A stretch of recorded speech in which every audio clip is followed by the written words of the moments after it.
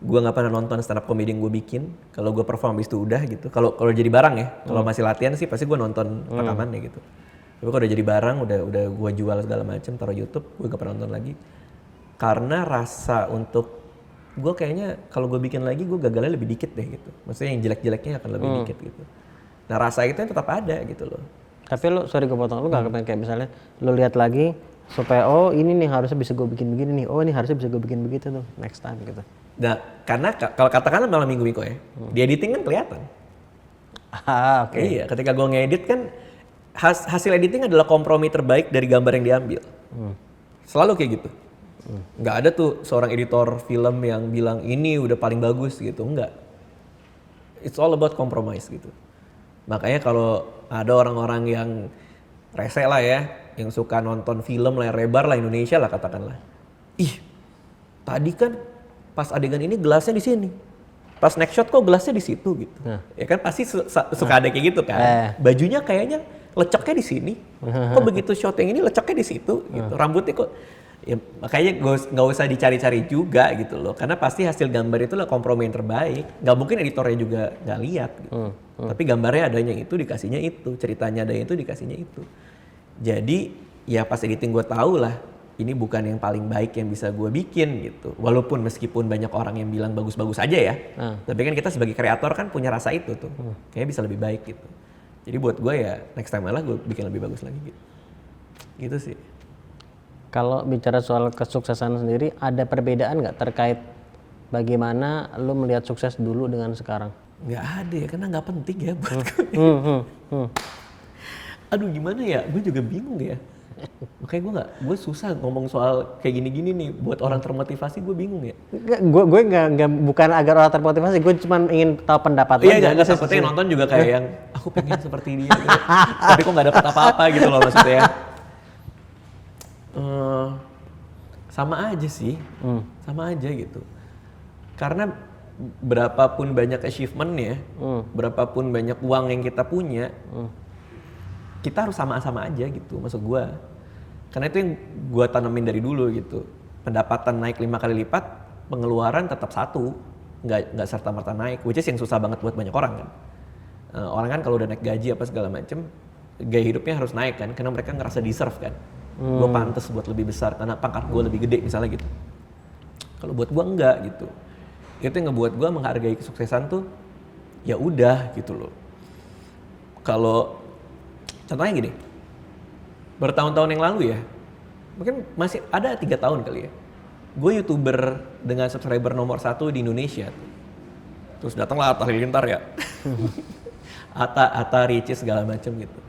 Dan mereka semua pada ngelewatin gue gitu loh. Tapi gue nggak apa-apa, gue happy gitu. Gue happy buat collab sama mereka, kerja bareng mereka. Terus nanti ada lagi siapa yang baru gitu.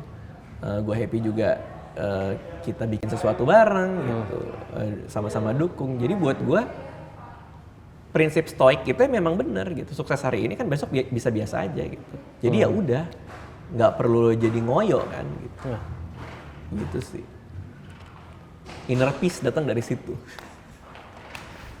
Kayak gue ingat apa tuh? Kung Fu Panda. Kung Fu Panda, inner peace.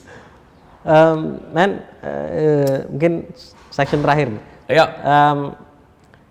Gue mau tanya, kalau tadi buku favorit kan Lupus salah satunya lah ya. Salah satunya. Kalau film, gue tahu ada banyak, tapi film atau karena lu juga sebagai sutradara penulis naskah juga, ada nggak scriptwriter favorit juga? Gue suka banget semua filmnya Woody Allen sih. Dari awal belajar gue bedahnya itu.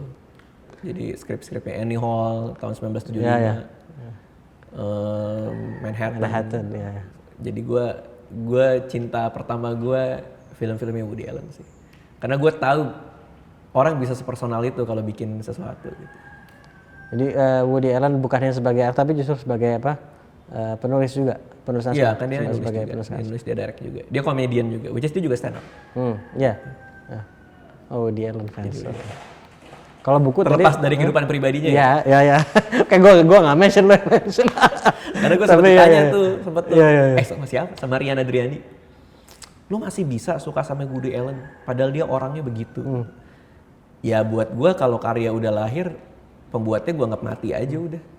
Karena dia berdiri sendiri, gue bilang. Jadi kita bisa menikmati karyanya ya. Sama dengan karya-karya gue juga. Kalau gue bikin sesuatu, itu udah jadi milik masyarakat. Which is orang bebas komentar apa-apa. Jadi gue memposisikan diri gue udah mati aja gitu loh. Sehingga kalau ada orang yang ngata-ngatain apa segala macam, gue nggak punya masalah. Karena itu jadi milik interpretasi dia atas karya gue. Gue nggak perlu belain, karya gue nggak perlu dibela sama siapapun gitu. Kalau film Woody Allen juga kah? Iya, film Woody Allen. Woody Allen juga. Tadi Annie Hall, Manhattan. Annie Hall, Manhattan, Husband and Wives. Apa Midnight lagi? in Paris tuh dia juga ya sih. Midnight in Paris. Iya. Banyak lah. Tapi gue suka yang tahun 70, 80 gue suka. Apalagi Husband and Wives gue suka. Gitu. Man, thank you so much. Siap. Sudah meluangkan waktunya. Oke. Ngobrol-ngobrol, gue banyak belajar dan gue yakin lain juga. Meskipun lu bilang, ya gue nggak tahu lah apa, tapi Terserah deh orang mau ngapain, gue gak peduli juga. Kayak tadi interpretasi kan bebas kan. Gue sendiri banyak dapat insight dari apa yang lo share. Termasuk bukan hanya apa yang lo sampaikan, tapi pandangan lo dalam arti lo bagaimana lo menyampaikan itu kan juga menunjukkan pandangan lo juga, cara lo menyampaikan. Atau buat gue seperti itu at least. So I learn from that juga. So thank you very much. Terima kasih udah ngeluarin waktunya. Masih kayak gak yakin gitu. Tapi gue thank you banget, man. Gue thank you banget. Dan juga buat lo semua, mudah-mudahan bermanfaat dan mudah-mudahan dimanfaatkan. Kita ketemu di episode selanjutnya. Thank you. Assalamualaikum.